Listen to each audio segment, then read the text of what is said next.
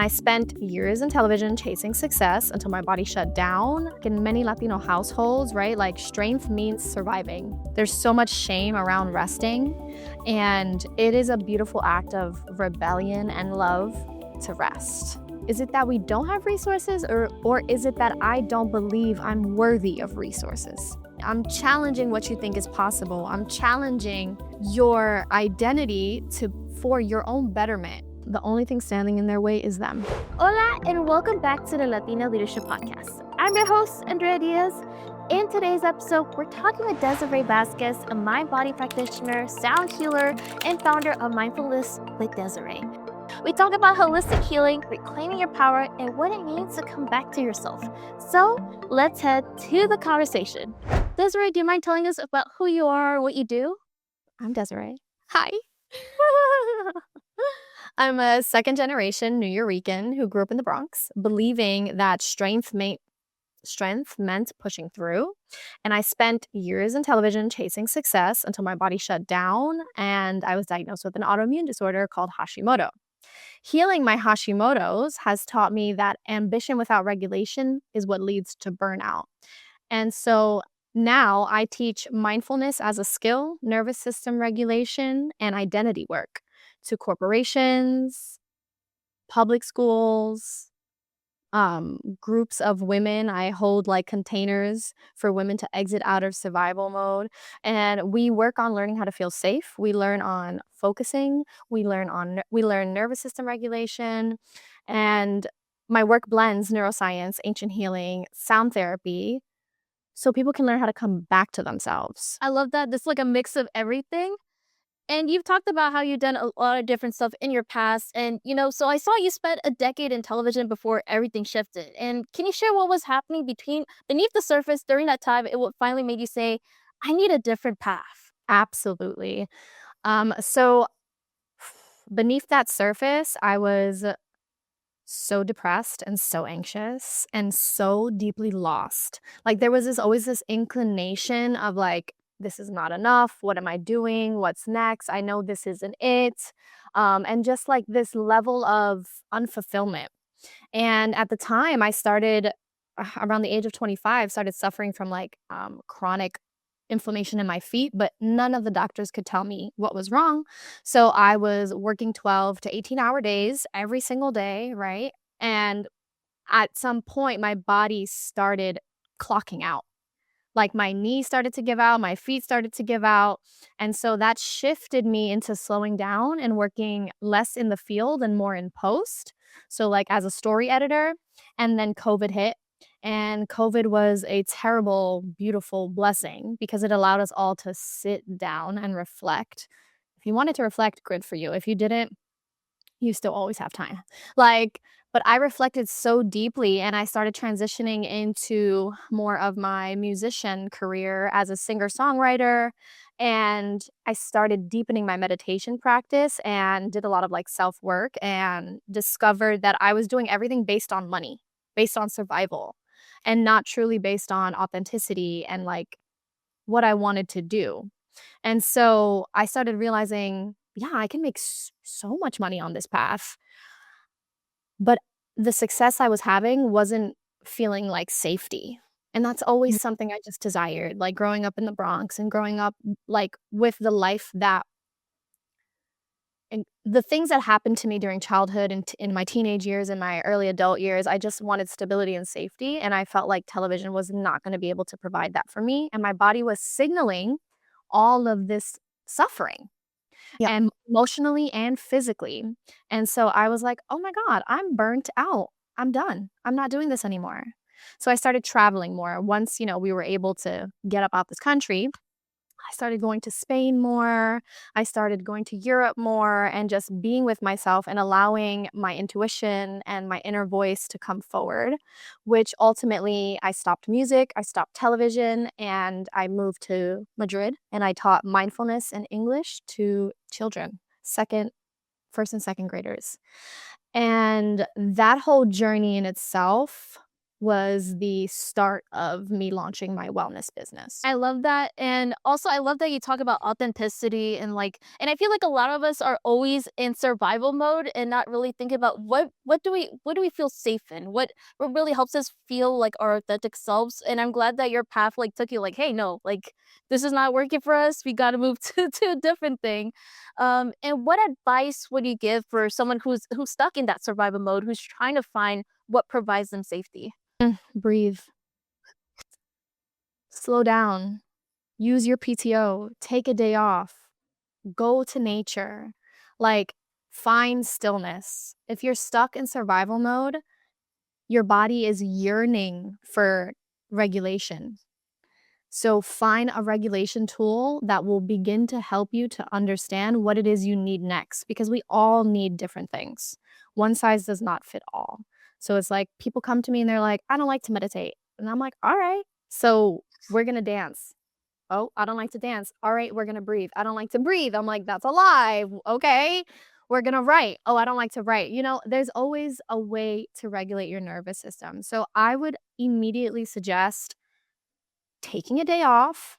I know you feel like you can't, but you can. You absolutely can. And if they fire you, you will find another job. It is 2026. There is work out here. And I know people feel like AI is taking everything away. Lean in. Take the day off and just sit somewhere that makes you feel safe. Go out into nature, right? If you have allergies, take your allergy medication. Do something. Go to the water, go for a hike, go to sit under a tree, go to a bench. Go into nature, bring something to write with, and just ask yourself, how do I feel? What do I want? And I invite you to just breathe. Take 4 deep breaths in. Breathe in for 4 and then out for 6 through the mouth. And that will give you just like a micro reset that will give you the clarity you need to see like what's next. Yeah, I know so many of the listeners are gonna appreciate hearing that because I know a lot of y'all are not hearing that, and it really helps you to like. I feel like we're always constantly like go, go, go, go, go, and there's like no pause. Like even sometimes, even myself, I've had to remind myself, "Hey, Andrea, it's time to meditate. It's time to do some bit of sound cleansing." I've been getting into that, so we're gonna get into Sound that too. healing? Yeah, sound healing and just cleansing like your mind because I feel like we're Yeah. so constantly on the go, go, go that we don't really take any time to focus on ourselves when that's Yes. super, super like important. Also, I'm curious about the sound healing because that's something that's been introduced to me like recently. Do you mind Yeah. going like what got you into that? And you're just like, hey, I want to partake in that as well. Oh, yeah, definitely. I did want to just say, like in many Latino households, right? Like Mm. strength means surviving. Yeah. You're strong if you're surviving, and no one has been teaching us how to rest without guilt. There's so Hmm. much shame around resting, and it is a beautiful act of rebellion and love to rest. You can do more when you're fully recharged than when you're at half of your battery's capacity. So I just wanted to say that. Yeah. Sound healing. I was diagnosed with Hashimoto's disorder, which is a thyroid autoimmune disorder. It affects your thyroid, and that like catapulted me. Like that's how I ended up moving to Spain and like taking a break, because our body is always communicating to us. It's just if we don't take breaks, we can't listen to it. We're not able to tune into it. So I moved to Madrid. So after coming back from Madrid, I decided to launch my business, and I became certified holistic life coach and mind body practitioner. And it was beautiful. And I got into a relationship and everything was going well. And I started getting clients, like everything was thriving. And then that relationship ended. It was a romantic relationship. It ended. And it was the first time in a long time that I had an actual partner. And I was really, really sad about it. But I had done so much deep inner work. So, side note, when I was from like 15 to like 24, I was in a long term relationship, and it was quite toxic. And it did a lot of damage to me because your brain doesn't fully develop until 25. And so, all of these internal programmings that I learned about what I was deserving of stuck. They were with me up until this next relationship I was in. But I learned that, when a relationship ends, the world's not over. you use that energy, you alchemize that energy into something else. And everything is always happening for us at the end of the day. And so I decided to dedicate my breakup to meditation and going to sound baths, right? So I was meditating way more. And then I was like, I'm also going to deepen this by going to as many sound baths as possible. So I went to like, I don't know, 6 to 8 sound baths within like 6 weeks. And by the end of it, I was clear, I was more regulated, and I just had downloads from source and God and ancestors. And they were like, you need to bring this into your practice. I'm already a singer. I already love leading. I already host community events. I'm already connecting people to their mind and their body. And sound healing was just another beautiful layer into that. Sound healing was actually the thing that gave me more visibility because it's trending right now. Yeah. And people can digest it a little bit easier. So I love sound healing. It's the best. I love frequency. I love teaching people about it. Yeah, and I know you mentioned in the beginning, your work blends ancestral wisdom with neuroscience. And why is it Yeah. important for you to honor both, especially when working with the Latino community? Oh my God. It's so important because like this is what our lineage was doing before everything. We were gathering by fires. We were looking at the moon. We were going to the ocean. We were gathering, we were foraging the herbs, right? We were listening to the oldest woman with the most wisdom. Like, we have forgotten where we come from. And when we can just remember the wisdom that already lives in our bodies from our ancestors, we can heal faster. So it's super important to me. Also, like, in the connection to my ancestors, they literally told me, like, "This is your job here, to keep this memory alive." And, like, I come from Taino roots, right? Like, my father's mother. Mhm. And both my grandmothers passed away from mental health disorders like Alzheimer's and dementia. And during their, final years, I would like meditate with them and, like I would dance with them, do all of these things to help them live a little bit longer. And they would always say, like, you need to do this. You have to pass this on. And they didn't understand the depth of meditation or anything. They were in their 80s. But to me, it's a way to keep our roots alive, the beautiful parts of Latinos, right? Like Latinos get this, it's ridiculous. We work hard. They're hard workers. They built the backs on this country. It's like, first of all, we're more than that. We're all healers, okay? Starting with the food we make. Our food can heal us, and we have the recipes. So, in our modern day with neuroscience, it is so important for me to help people understand how and why. Because is you know, in spirituality, in healing, it's people consider it woo-woo, right? It's like, what is that? Like, that sounds like fairy dust. It's like, well, let me break it down to you on a neuroscience level. Let me tell you what your brain is doing every time you breathe in through your nose, slow, and you exhale with a sigh out the mouth. Ah, you're instantly signaling safety to your brain from your nervous system. Every time you hum, you activate your vagus nerve, the longest nerve in your body, connected to your brain and everywhere.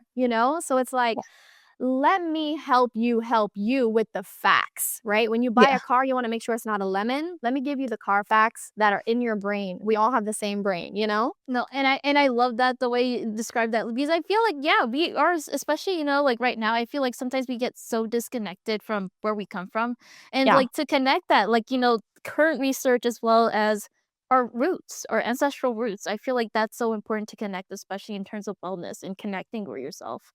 And haven't mentioned this yet, but I did my research and you mentioned you work with corporate clients like Levi and Chipotle, Yeah. but also underserved schools and women of, women of color and retreats. So how do you adapt your approach across, such different spaces and what do they all have in common? I feel like I worked in corporate adjacent, right? The television Yeah. industry, like I worked in the development department, post department, and field department.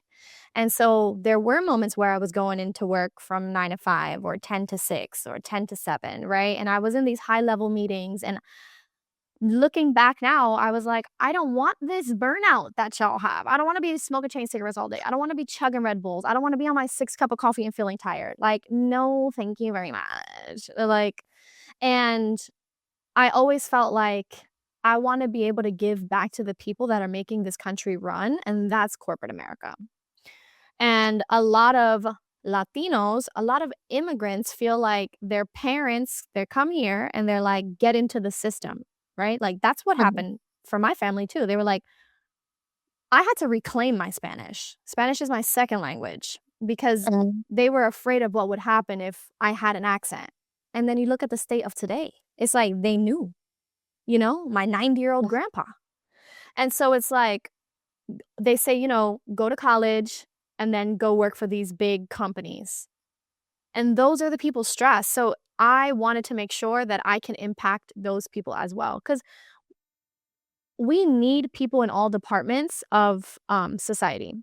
We need blue collars. We need freelancers. We need farm workers. We need all of these people. It's an ecosystem to run this country. But we can all use the same skill of focus and clarity and stillness so that we can be better at work, better at home, and better in our community. The thread that connects all of this is mindfulness. So in Mm. each of these spaces, right? Because I do host like retreats for women domestically and internationally. I do work in corporate spaces like for Chipotle and Levi's, and I work in public schools with first graders to fifth graders. I'm teaching them the skill of mindfulness so that they can decide what works for them. Do you like EFT tapping? Do you know how to pause and then respond? Do you know how to breathe when you're feeling anxious or when you're angry? Are we teaching them snake breath?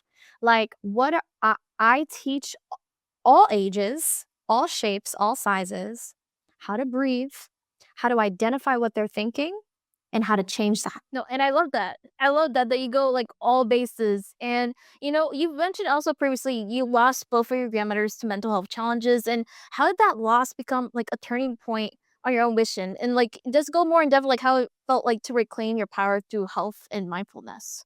Outside of my grandmothers, Uh-huh. it's the women in my family as Mm. well. They've been a driving force for me. They're in codependent relationships. They are, people pleasing, they've Oh, abandoned their identity. They're in marriages that, you know, they shouldn't be in. They are having their own sorts of, diseases and ailments that are affecting them, and I always felt like a black sheep. Like, I yeah. always felt like, I don't wanna take advice from you. I don't wanna be, like, I didn't learn how to cook till I was 21 because as a Latina, and maybe you can relate, they were very much like, "Get in the kitchen, learn how to cook for your man. You're not gonna be a good wife. You're not gonna be a good mother." And so I rebelled, and I didn't cook, and it was a big problem. And I can absolutely cook now, and I just finished eating, like, a classic, arroz con gandules brunch right now for myself, Yeah. but it's like I do this work for the women who came before me. They walk so I could run. And now I can spread that to the women in my generation who can now run with me if they want, or the women that are still walking. I Yeah. work with 40-year-olds. I work with 50-year-olds. I work with 60-year-olds, right? Because age is just a number. Mentality is all we have. We're all creators. And so it's like, I want to make sure I'm empowering women that they can create no matter the age and that they can create no matter the timeline that they're on. And our reality is just a reflection of how we feel inside. And that was never taught to me. And so it's like I took the pain and the suffering from my lineage and I just have alchemized it into my mission, my purpose. Because for a long time, I felt like, what am I supposed to do? I've had so many jobs. I've had so many jobs. We talked about TV, we talked about music, but girl, if I sent you my resume, Oh my god. No, and I honestly really love that you talk about being a black sheep. I'm also the black sheep of my family, or technically my Funny. parents both are technically black sheeps. It's really interesting. So, like, I'm, like, the Mm. baby black sheep of black sheeps. So but, like, seeing them and, like, meeting our family, like, late like, getting to know them a bit later better, like, extended family, like, out like, like, I think it was, like, later on, like, my teens, it was so weird because I was like I've always been, like, Mm. such a, like, nonconformist where, like, "Oh, no, I'm not gonna, like, you can't tell me I'm gonna force, like, to get married and I'll, like, have kids when I'm really Exactly. young." But it's, like, meeting everybody in that situation, like, I remember when I first, like, met my extended family, they're like, "Oh, ¿cuándo vas a tener hijos? Right, ¿Dónde está tu novio? ¿Dónde está tu right. esposo? ¿No te vas a casar?" And I'm like, I'm young, like, I'm thinking about, going to school, getting educated, Yeah, maybe after that, after I get my college degree, maybe we'll talk about it, but, like yeah, n yeah, like but it's so crazy, and it also you see sad situations where you can tell, like, either the marriage is like, the woman has just lost herself, or it's, like, it just so sad, but I'm glad you're thinking about, like, those women who are in those situations that, I feel like, a lot of times, even my mom, like, I've been helping her rediscover herself. I'm here like, "Mom, you're more than just a mom. You're yeah, so much more. You have so many dreams, so many aspirations. Like, don't yeah, think just because you had kids and, you're married that you have to let that go." Like, I've been getting her into, like, making me jewelry and, like, good. doing haircuts, and, like, I'm here like, just discover those things you love. Like, I've also been, you know parents, like, sometimes they wanna set you the example, but sometimes they don't know how to, so I've been telling them, "Hey, go on vacations, take that PTO, go on Yeah, breaks." yes, And and I know it's hard for us to have those conversations with our parents and to, like, especially, depending I've always had a good relationship with my parents, but I know some people might not have those good exactly. relationship with those parents, but it's good to push them out there to be like, "Hey, you're more than just a parent. You're more than that. You're a person. You have your own dreams, you have your own goals that you may or may not have accomplished in this life, but there's still time to do that." Um, Mhm. There's always so time. yeah, so I really love that you talk about it, and I know, like, is there any advice you would give these aren't my own advice, but, like, obviously but is there any advice you would have for, especially, us younger generations, you know, talking to these older generations to, like, get that find that inner healing? Oh, yeah, that's my specialty. I'm like I go up in these spaces, like, in my family, and, yeah. I always say lead by example. That's the best way to do it, Energy is the highest form of currency. So if you feel good, that emits off your body, and that energy can be amplified quicker when you lead by example. And so it's like taking care of yourself so that you can you can show them what that looks like because they don't really know. And just creating conversations around like, well, I think before creating conversations, having an internal conversation with yourself and recognizing that like we have to drop into compassion every time we're talking to someone from a different generation who may not be as open minded as we are. Lead with compassion. Lead with compassion because they're saying when you having kids, when you getting married, from survival. That is how Yeah. they survived. That is how they continued their lineage. That is how they acquired land. That is how they got on the boat. So, in those moments, it's highlighting that back to them and being like, I don't need to have a kid right now because y'all did the work for me to be here and go take this flight to Europe. Thank you so much. What do you want me to bring you back? And when are you getting your passport so I can take you with me? Yeah. Making it playful, making it inspiring and exciting, right? And then practicing observing and not absorbing because you cannot rewire somebody's brain and thoughts for them. So you can say something and they might come back with something combative. Just observe it. Don't absorb it. Don't take it on because then you're just repeating something that they may have been doing, right? Yeah. Or like you're grabbing onto their projection and you don't need to do that. So just moving from a place of love, creating conversations that inspire them, just like you're doing. Like with your mom, that's awesome. Like, who are you? Let's go make some jewelry. Like, empowering them to discover their own identity because we live in a completely different time. And just we have resources now. And even if you think you don't have resources, I invite you to reconsider. Like, just reconsider and really, really step back and look at the year we're in. Look at technology, like, and sit with yourself and say, is it that we don't have resources, or is it that I don't believe I'm worthy of resources? Oh, going in deep there. It's the truth. Yeah, no, and I think it's like sometimes I love that you mentioned like observing and not absorbing because some people like sometimes our parents say like just to like call them out a little bit like sometimes they get so defensive and they'll like hit you where it hurts, Yeah. even if they don't really like actually mean it. And Yeah. that's why it's good to observe and not absorb it because it's like they're just if you hit them where it hurts or you're getting like they feel like hey you're calling me out a little too hard, they'll get defensive about it. And I feel like it doesn't help our mental health too, like when we take it like super a pecho, because then Mhm. then we end up projecting and then self-sabotaging ourselves in the process too. We end up repeating what they did to us. They are defensive because they are scared. Anybody who's defensive is scared. Like, there's no reason for you to be defending something if you're not afraid of something happening. And so it's like they're afraid of whatever and they're hitting you where it hurts because of their own projection. So exactly. You just project right back. Yeah, and I also like, thinking about resources too. Like, hey guys, like sometimes it's our own internal dialogue that we kind of self-sabotage ourselves because we think there aren't resources. There are. We just It's have to always our we have to own. be open to them. Yeah. Yeah, it's lovingly, it's not sometimes, it is ourselves. Like, there is no this is where I come in with the neuroscience. I'm like, there is no middle gray area. Like, we are the creators of our life. Like, everything we see right here, how did it get here? Somebody created it, you know? And, like, we can Yeah. go into, like, God and everything, but I'm meaning on a physical level.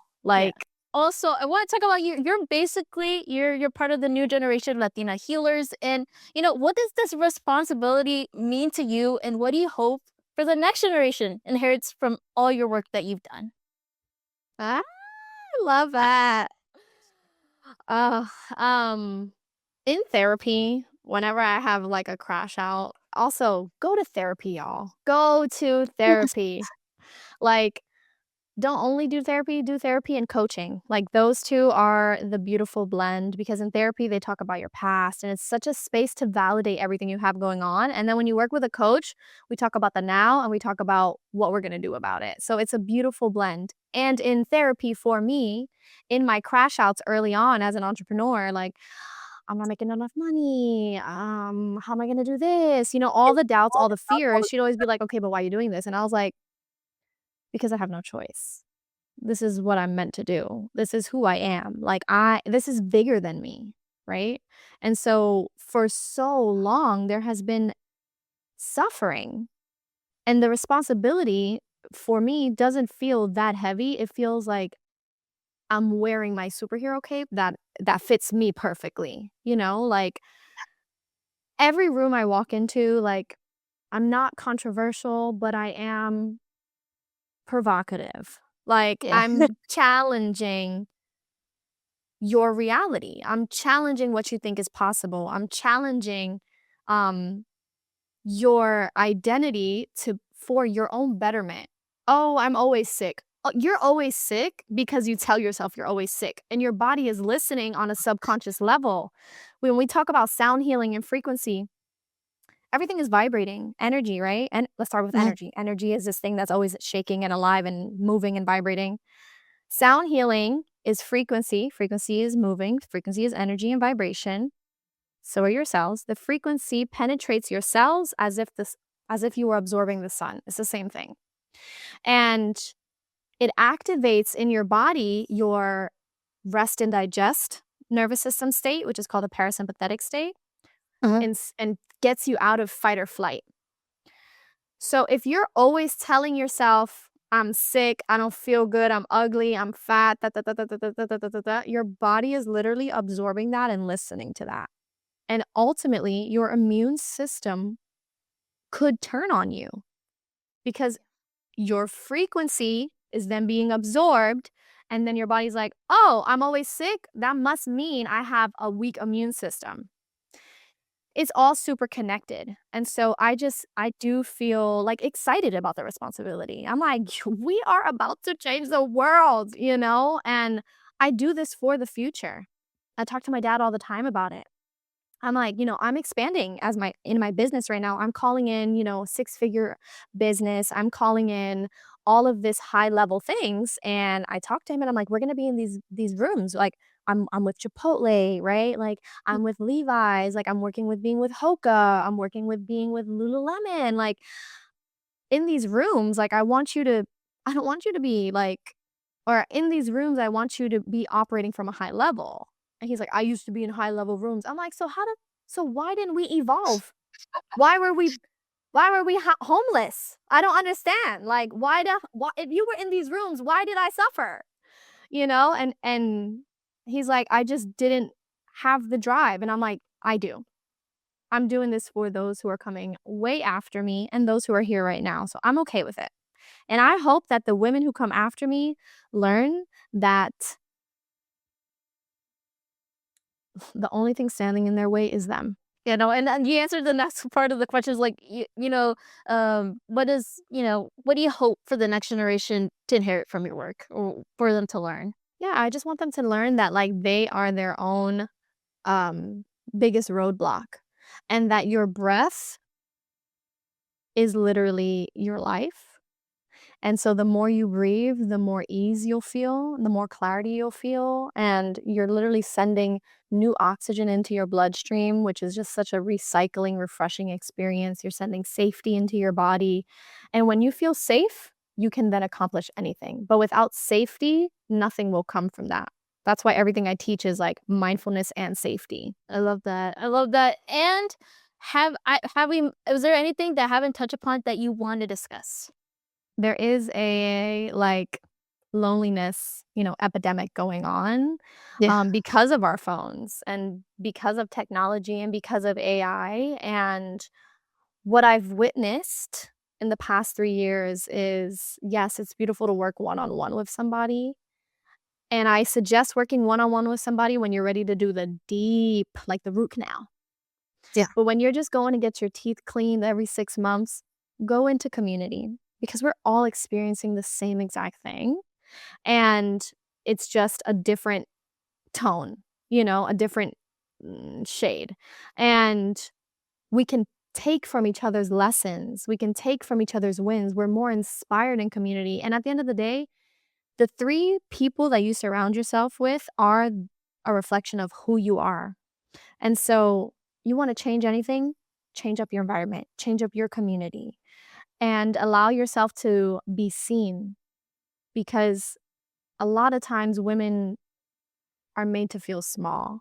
And so if we have more spaces where women are empowering each other, a and it's not even if we have more spaces, it's just when we have more women going to these spaces and or even creating them, right? Like if you're in LA and you're looking for spaces like this is what I do. This is what I cultivate in real time, but also virtually.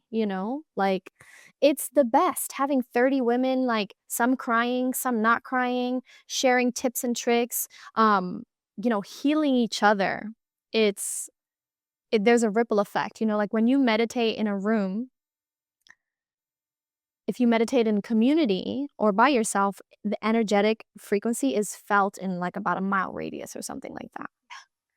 So the more people are meditating, the stronger the frequency is, right? The more we can spread love. And it's like, what do we need more of in this country? What do we need more of in this world?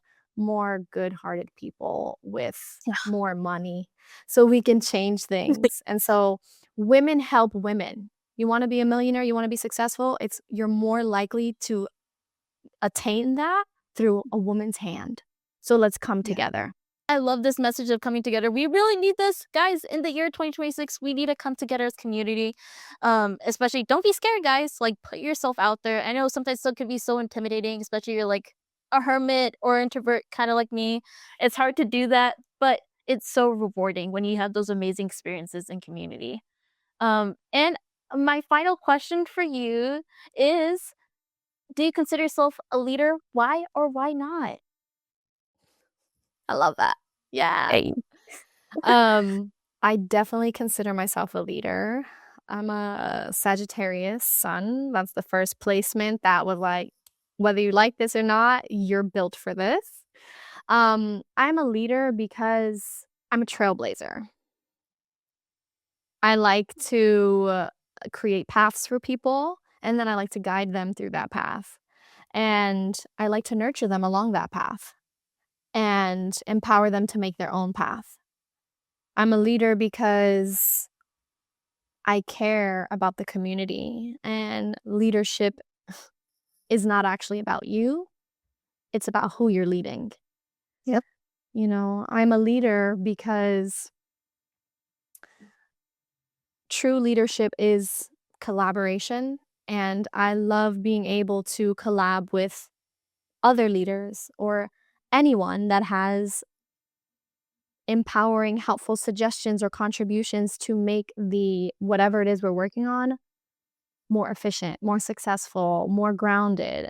True leadership takes accountability. True leadership is open to constructive criticism and resolutions, right? And all of those things I absolutely love. I love working in community. Like, I value community so much. It's one of my top 5 values. Like, I am a leader at heart. And yeah, I'm grateful for that. Thank you for having this conversation with me. And before we leave, y'all, where can our listeners find you? Yes. Um, I if you are looking for community virtually and you guys are like, yes, like I'm inspired from this conversation and I want to not feel burnt out and I want to feel empowered. I want to know who I am. I want to feel more clarity, less anxious. I have a virtual women's coaching group and it's launching for the second cycle in April. It's called Connected Circle and it's for women. You don't only have to be Latina, but a lot of us are Latina in the space. Mhm. High achieving, ambitious women, entrepreneurs, girls who want to deepen their wellness connection, their wellness habits. It's 6 weeks. We meet 90 minutes a week. We do somatic healing, nervous system education, breath work, journaling, identity rewiring, and it's community accountability. That is the part that everybody loves. And so I just wanted to make sure people know that you have a space to come and shed anything that no longer serves you and step into something that does empower you and light you up. And so if you're tired of like performing and like looking strong and like you're actually like maybe sad or dying on the inside or need a break or just want some support, let me know. You can find me on Instagram at mindfulness with Desiree, on TikTok, mindfulness with Desiree. And my email is mindfulnesswithdesiree@gmail.com. I kept it real simple, real easy, real classy. Yes. No, thank you for having this conversation with me, Desiree. And amigas, las miramos hasta la próxima. Bye, amigas. Today, Desiree reminded us that healing isn't about escaping life. It's about returning to yourself, that our bodies hold the changes we've never told, and learning to listen is where real change begins. And that for those of us who spent years being strong for everyone else, softening is actually the bravest thing we can do. You can find Desiree on Instagram at Mindfulness with Desiree and learn more about her sound baths, coaching, and wellness work. Thank you for listening. If this episode touched you, share with another amiga who needs permission to rest, heal, and come back to herself. I'm Andrea Diaz, and this is the Latina Leadership Podcast. Nos vemos!